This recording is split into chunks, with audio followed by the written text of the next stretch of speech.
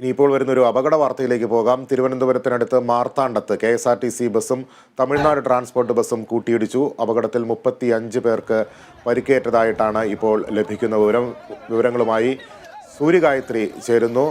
സൂര്യഗായത്രി, എപ്പോഴായിരുന്നു ഈ അപകടം? പരിക്കേറ്റവരുടെ ആരോഗ്യനില സംബന്ധിച്ച വിവരങ്ങൾ കൂടി.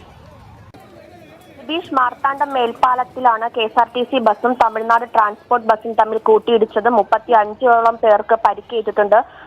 നാഗർകോവിൽ നിന്നും തിരുവനന്തപുരം ഭാഗത്തേക്ക് വരികയായിരുന്ന KSRTC ബസ്സും കളിയിക്കാവിളയിൽ നിന്നും കന്യാകുമാരിയിലേക്ക് പോവുകയായിരുന്ന തമിഴ്നാട് ട്രാൻസ്പോർട്ട് ബസ്സും കൂട്ടിയിടിച്ചാണ് അപകടമുണ്ടായിരിക്കുന്നത്.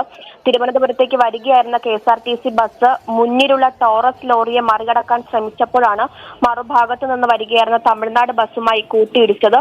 രണ്ട് ബസ്സിലും ഉണ്ടായിരുന്ന പരിക്കേറ്റ 35ഓളം പേരെ പല ആശുപത്രിയിലായി പ്രവേശിപ്പിച്ചിട്ടുണ്ട്. കുഴിത്തുറ സർക്കാർ താലൂക്ക് ആശുപത്രിയിൽ 10 പേർ ചികിത്സയിലുണ്ട്. മാർത്താണ്ഡത്ത് സ്വകാര്യ ആശുപത്രിയിൽ 22 പേരെയും പ്രവേശിപ്പിച്ചിട്ടുണ്ട്.